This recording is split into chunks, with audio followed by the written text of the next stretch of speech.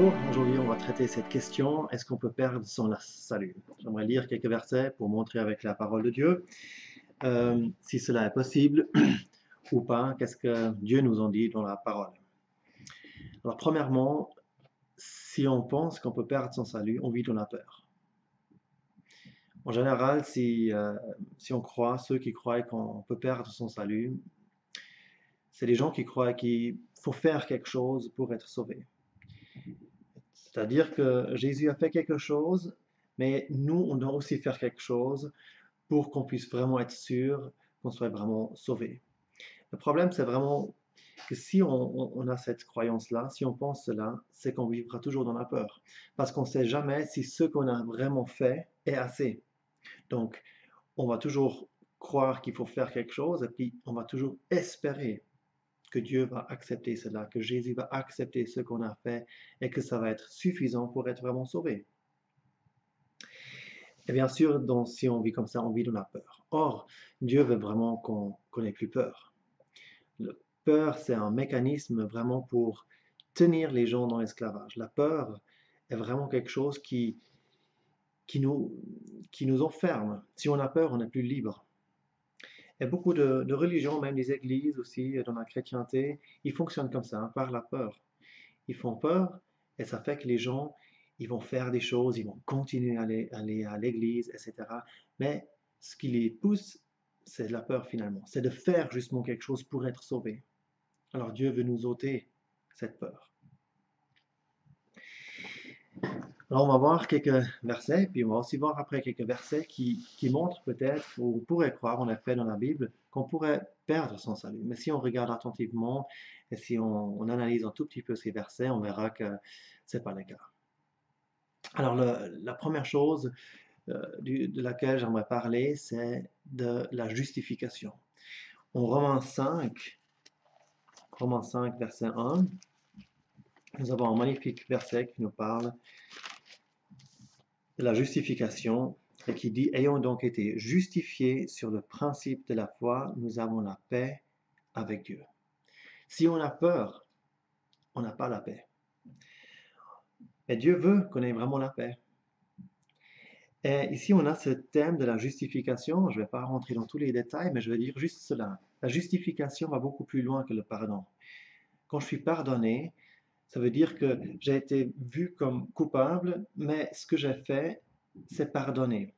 Quand je suis justifié, c'est-à-dire je viens devant le juge et on me dit que je suis coupable et le juge me dit non, tu n'es plus coupable, tu es justifié.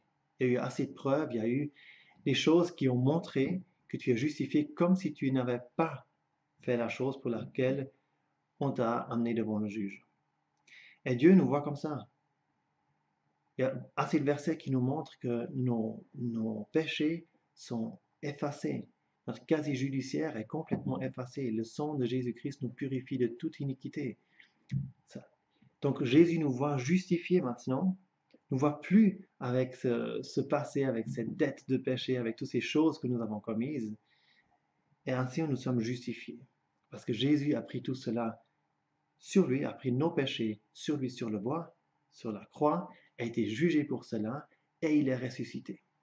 Et par cela, nous savons que Dieu a accepté ce sacrifice de Jésus-Christ et par cela, nous avons vraiment maintenant la paix avec Dieu. Nous pouvons avoir la paix avec Dieu et Dieu ne veut plus qu'on ait peur. Ça, c'est le premier point. Le deuxième verset que j'aimerais vous montrer, c'est un verset que Jésus lui-même a dit en Jean 10.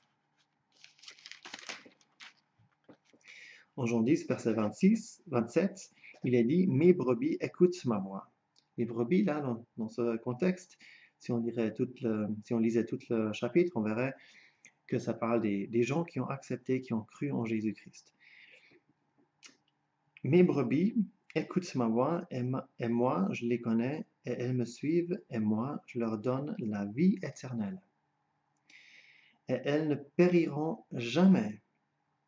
Et personne ne les ravira de ma main. Mon Père, qui me les a donnés, est plus grand que tous, et personne ne peut les ravir de la main de mon Père. Moi et le Père, nous sommes un. Donc là, Jésus dit qu'une fois qu'on est sauvé, il y a des choses qui vont se passer. Premièrement, on va écouter la voix du bon berger, c'est-à-dire on va le suivre. C'est une conséquence. Si on se convertit vraiment, on va suivre Jésus. On peut avoir des moments, des périodes un peu de faiblesse. On va aussi encore pécher. Ça aussi, on pourra voir ce verset aussi. Mais généralement, notre vie va être une vie qui va être dirigée après le bon berger. Mes brebis écoutent ma voix. Mais ensuite, il dit qu'ils ne périront jamais. C'est un absolu. Ils ne périront jamais. Et personne ne pourra les ravir de la main du Seigneur Jésus et après de la main du Père aussi. Nous sommes dans la main de Dieu. Et Dieu ne va pas nous lâcher tout d'un coup parce qu'on a fait juste un péché. On peut maintenant lire ce verset, en effet, qui nous montre qu'un croyant n'est pas sans péché. Il peut toujours encore arriver qu'un croyant, il pêche. Et puis si nous voyons ça, dans la première épître de Jean, pas l'évangile, mais l'épître de Jean, c'est plutôt à la fin du Nouveau Testament. Première épître de Jean, au chapitre 1, et puis au verset 8, par exemple, nous lisons, « Si nous disons que nous n'avons pas de péché, nous nous séduisons nous-mêmes, et la vérité n'est pas en nous. » Donc, le péché chez le croyant, chez le chrétien, il vient encore, on pêche encore, malheureusement. On a la force, on a le Saint-Esprit qui nous aide à de pécher de moins en moins. Mais le péché peut encore intervenir, peut encore arriver. Et je n'oserais jamais dire que moi, comme chrétien, je vis sans péché, absolument pas. Mais on a ce verset magnifique, au chapitre 2, verset 1. Il dit, « Mes enfants, je vous écris ces choses afin que vous ne péchiez pas. » Donc, il est clairement parlé ici à des chrétiens. Hein? Mes enfants, je vous écris ces choses afin que vous ne péchiez pas. Mais si quelqu'un a péché, nous avons un avocat auprès du Père, Jésus-Christ. Et le verset continue, donc cet avocat, Jésus-Christ le juste, et lui est la propitiation pour nos péchés. Et non pas seulement pour les nôtres, mais aussi pour le monde entier. Donc on voit ici qu'il y a ce fait que si nous péchons, nous avons un avocat, nous avons quelqu'un qui plaide pour nous dans le ciel. Et celui-là, c'est personne d'autre que Jésus-Christ, qui est mort pour nous à la croix de Golgotha. Donc on voit ces versets très clairs qui nous montrent vraiment que Dieu ne veut qu'on n'ait pas peur, qu'on soit justifié, qu'on est dans sa main, on ne périra jamais. Dieu veut nous donner cette assurance. Alors, il y a un autre verset que je désire lire aussi dans l'évangile de Jean. Alors, ça, c'est l'évangile de Jean, au chapitre 1. L'évangile de Jean, au chapitre 1, il nous est parlé aussi de la venue du Seigneur Jésus comme la parole, la lumière. Et il est dit au verset 12,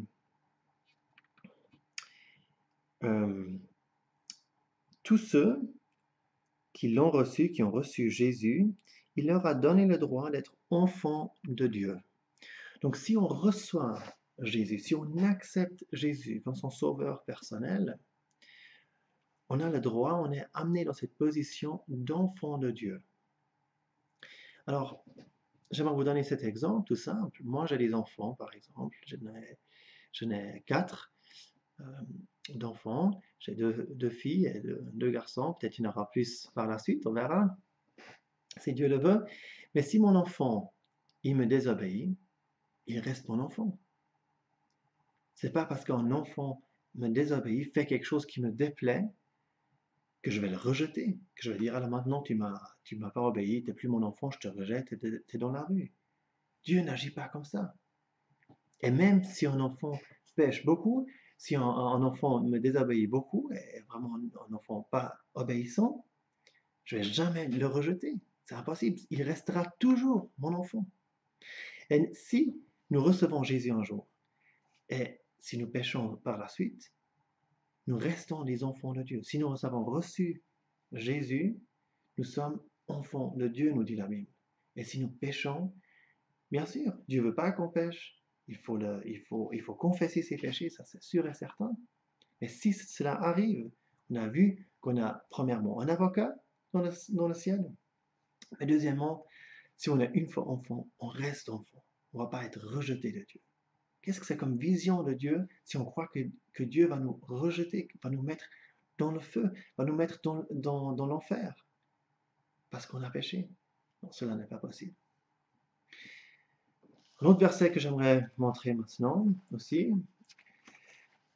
qui nous parle aussi de la vie éternelle, justement, la vie éternelle et le fait de connaître Dieu et de vivre aussi éternellement, mais c'est aussi le fait d'avoir une qualité de vie avec Dieu et de connaître Dieu véritablement, de le connaître aussi comme un Père. Hein.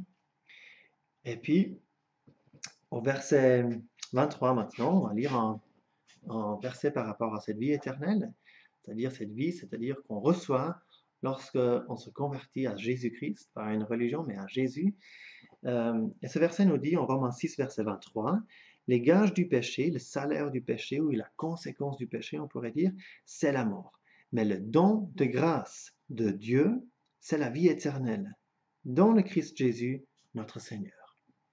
Alors, cette vie éternelle, c'est donc un don. Un don, c'est un cadeau. Un cadeau, c'est quelque chose que je donne gratuitement à quelqu'un. Si je donne, par exemple, maintenant ma Bible à vous, si je vous la donnais, elle est à vous. Elle n'est plus à moi, je l'ai donnée. Je n'ai pas le droit de la reprendre. Si je la reprends, c'est volé.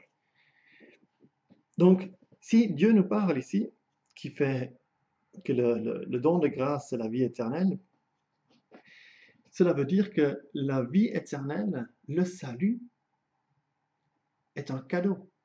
Il vous le donne gratuitement. Le salut est quelque chose de gratuit que Dieu donne. Il ne faut rien faire. Il ne faut pas justement faire encore des choses pour avoir le salut, comme on a vu au début, mais c'est quelque chose de gratuit que Dieu veut vous offrir et qu'il offre à tout le monde. Tout ce qu'il faut faire, il faut l'accepter, il faut le prendre. En cadeau aussi, quand on m'offre un cadeau, je pourrais le refuser. C'est quelque chose qui fait mal à celui qui donne le cadeau. Mais je pourrais le faire et je n'aurai pas le cadeau.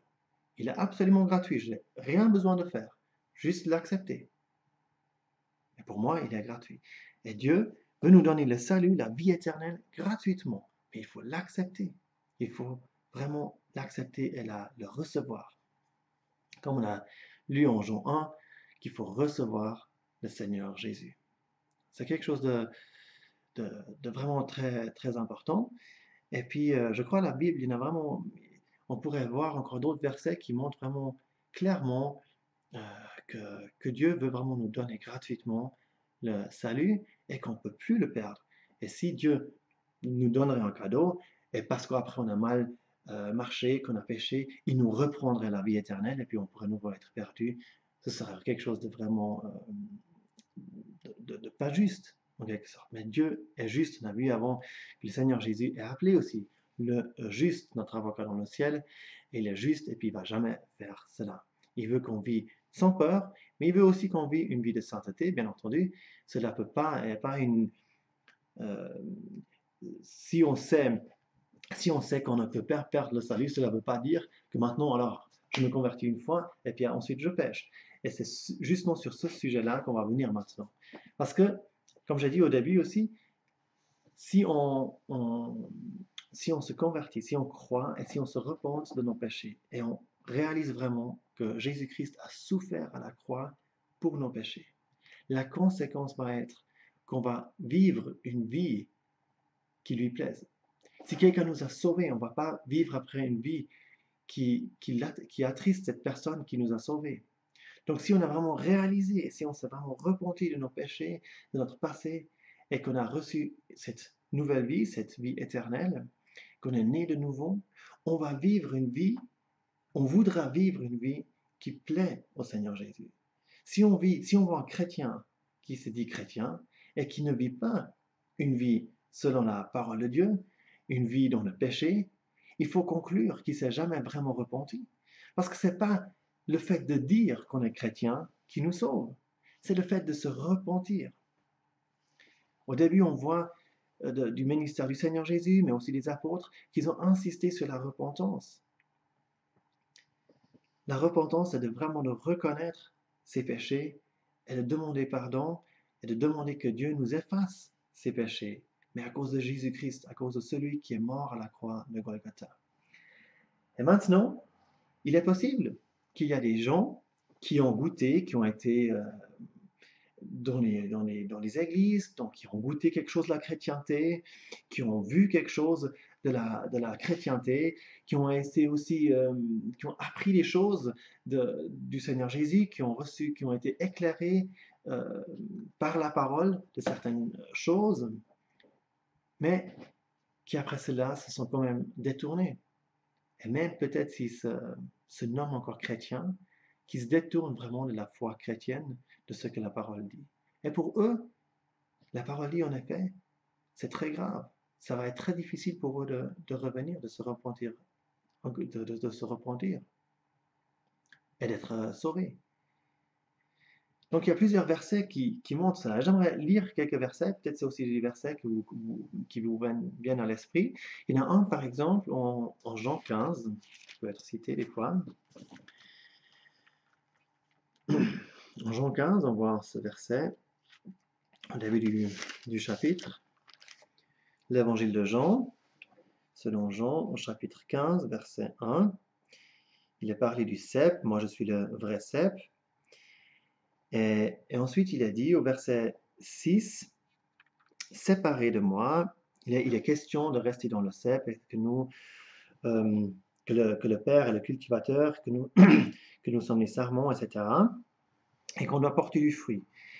Et puis, on va lire peut-être plutôt du verset 5. Moi je suis le cep, vous les sarments. Celui qui demeure en moi et moi en lui, celui-là porte beaucoup de fruits.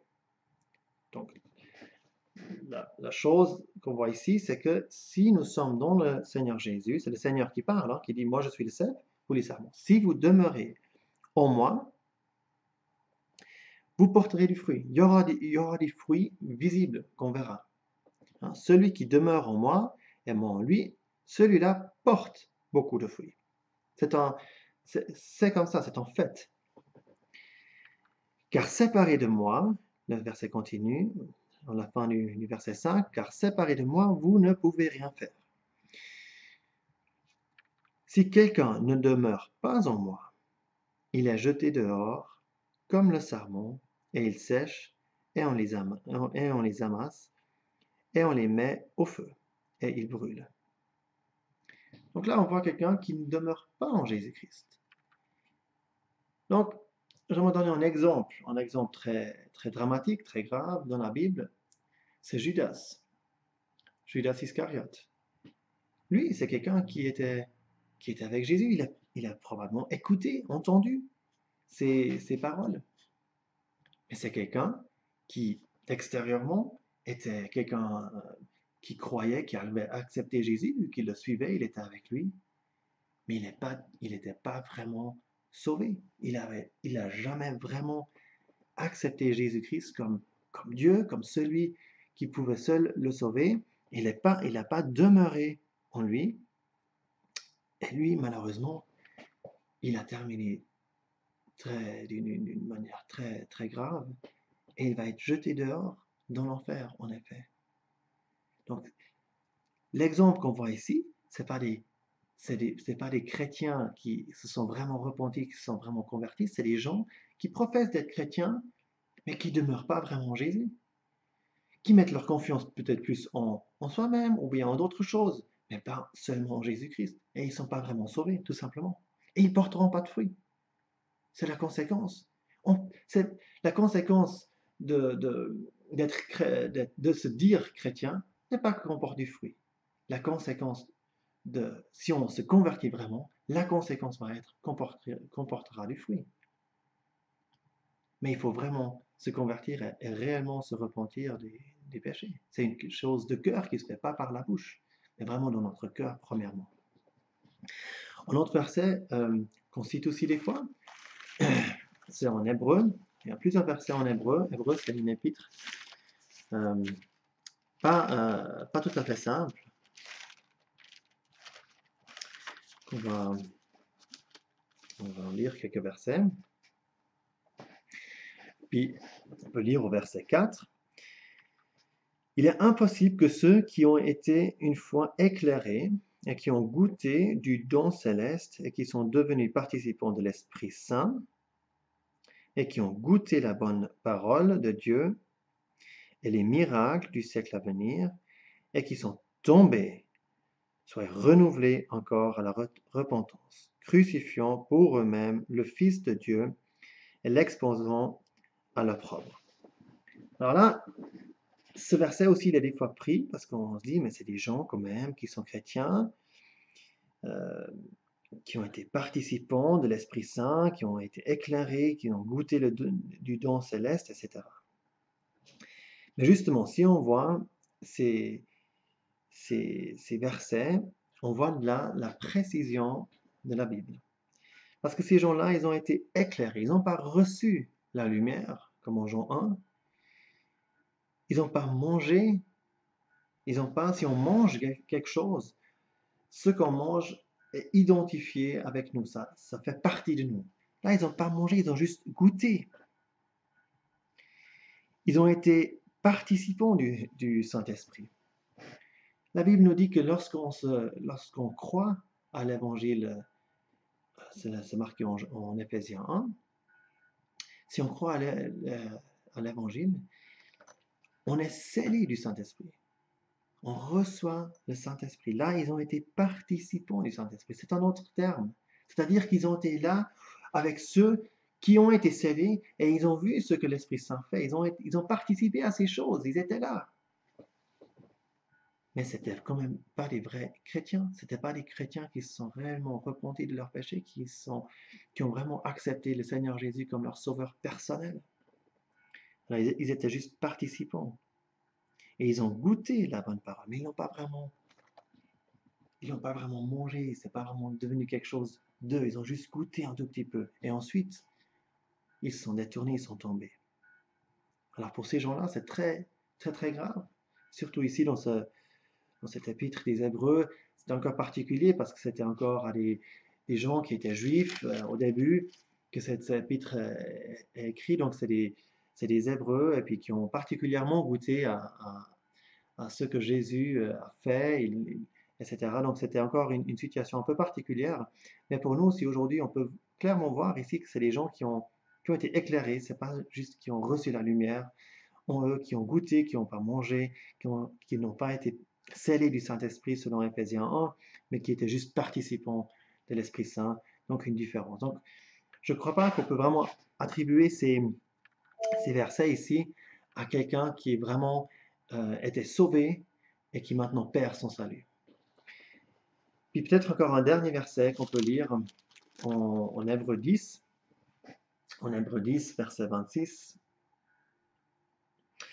Il est dit, « Si nous péchons volontairement après avoir reçu la connaissance de la vérité, il ne reste plus de sacrifice pour les péchés, mais une certaine attente terrible de jugement et l'ardeur d'un feu qui va dévorer les adversaires. » Ici, on voit les gens qui pêchent volontairement. Donc, c'est des gens qui n'ont pas compris que Jésus-Christ est vraiment mort pour leurs péchés. Si quelqu'un a vraiment compris cela, si quelqu'un a compris que Jésus a souffert sur cette croix, qu'il est mort sur cette croix pour nos péchés, il ne va pas volontairement faire des choses qui attristent Dieu, qui sont contre la volonté de Dieu, qui sont contre la volonté de celui qui est mort pour lui. Alors si on lit que quelqu'un pêche volontairement, c'est la preuve qu'il n'est pas vraiment né de nouveau, qu'il n'est pas vraiment sauvé, qu'il n'a même pas encore jamais vraiment reçu le salut. Alors c'est clair pour ces gens-là, même s'ils professent d'être chrétiens, il y aura quand même le jugement. Ce qui est important donc, c'est de vraiment croire en Jésus, se repentir, demander pardon de nos péchés et recevoir ainsi le salut. Et si on a fait cela, alors on ne peut pas être perdu. C'est impossible. La parole nous le montre, comme je viens de le dire, et j'espère que cela vous a vraiment aidé à comprendre certaines choses. Mais si vous avez des questions, n'hésitez pas à nous contacter, à me contacter. Je vous réponds volontiers à d'autres questions. Merci.